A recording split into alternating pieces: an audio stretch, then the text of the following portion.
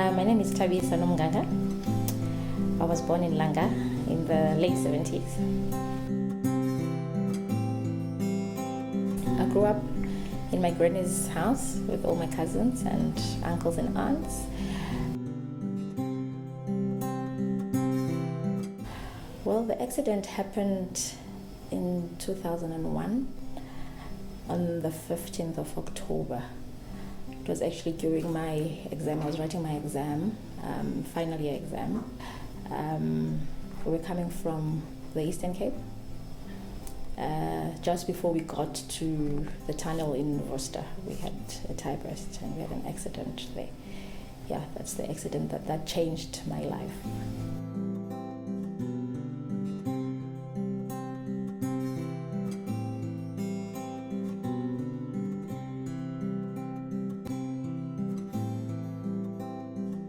Most people, everybody that was in the car survived, and they just got minor injuries. I was the one that was badly injured. I got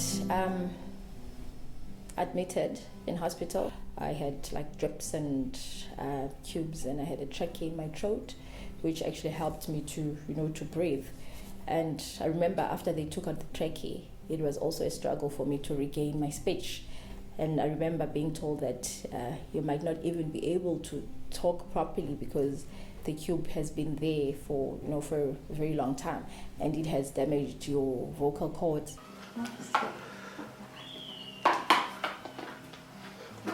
But I'm actually grateful that I regained my speech after a couple of months.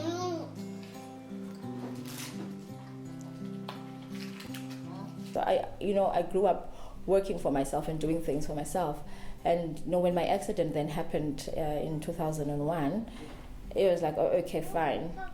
I'm very strong. I'm a very strong person in terms of, as I said, I used to play sport. I was very good in basketball and I could do a lot of things, and I loved gym.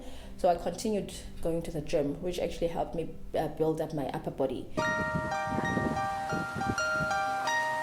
I think I had a very good support structure from the beginning. From the hospital to home. I mean, my aunts were there, my cousin, my sister, so they were there supporting me. And I've been seeing other people that were in the same situation as I found myself in, doing exceptionally very well. And I told myself, I'm not going to let this get into my way. Yes, I also thought that just because I'm in a wheelchair, I won't be able to have kids. But with education and awareness, I became aware that it was very possible for me and for other people that are on a wheelchair to have kids. It also depends on the level of your injury. Well, my injury is, I'm a T12, which is, lower back. But my productive organs were not affected by the accident.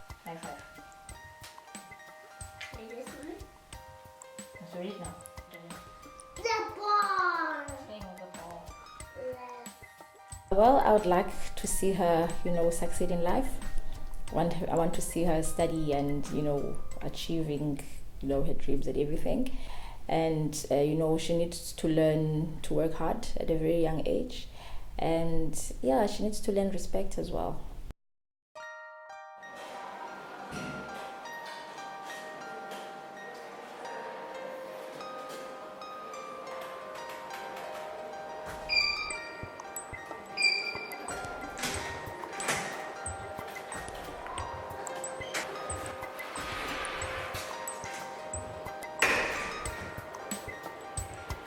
I think being self-employed, whether you have a disability or not, can be challenging and can also be fulfilling.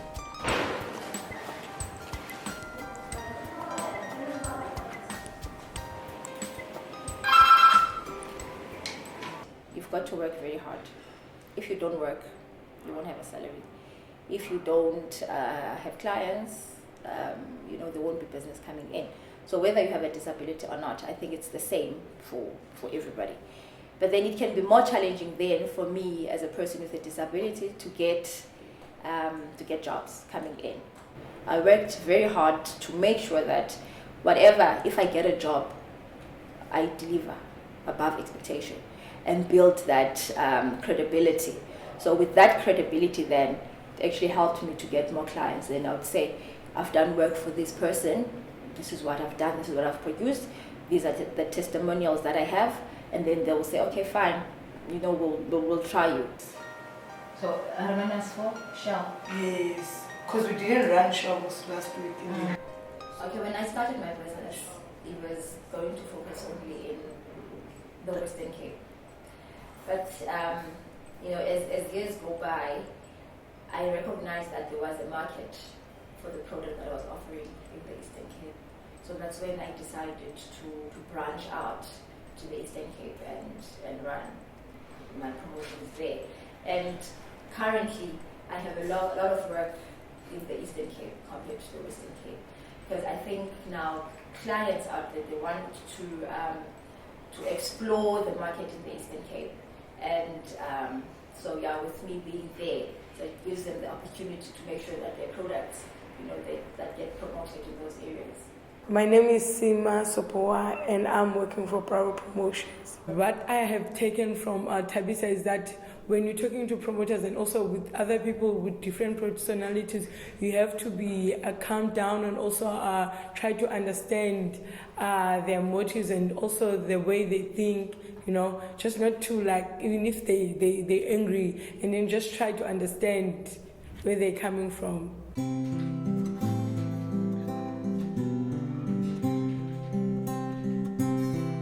Working with people, with someone with disability has a little bit changed my mind, but I haven't before have something bad or problems with people with disability. I remember the other time when we have problems when you go out, maybe we go to suppliers and then we use the parking for disability. People will have those things when they look at us why are you parking in this parking? So I got a feeling to be attached in such a way that I have to be defensive for her. Sometimes I would be why are you looking at us like that? Can't we be parking on this side? So sometimes it makes you feel maybe close to them, and you feel in such a way you have to be there for them or be defensive. It just happened. There are people out there that recognize what I do, and they appreciate the kind of work that I do. The first award that I won was in 2012. I think 3 years down the line since the time I started my business. And I got that award from CEDA. I actually got 2 awards from there. And it made me to want to win more awards. And I worked extra hard. And then, I think a year from there, I won 2 other awards.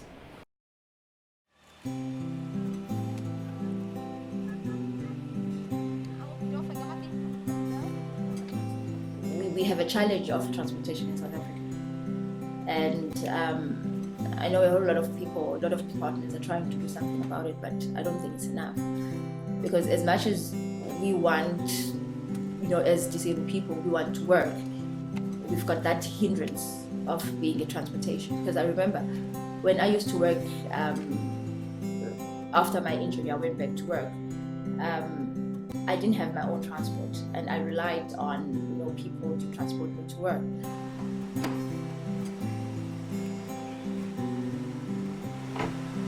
So this one day, I got dropped at work.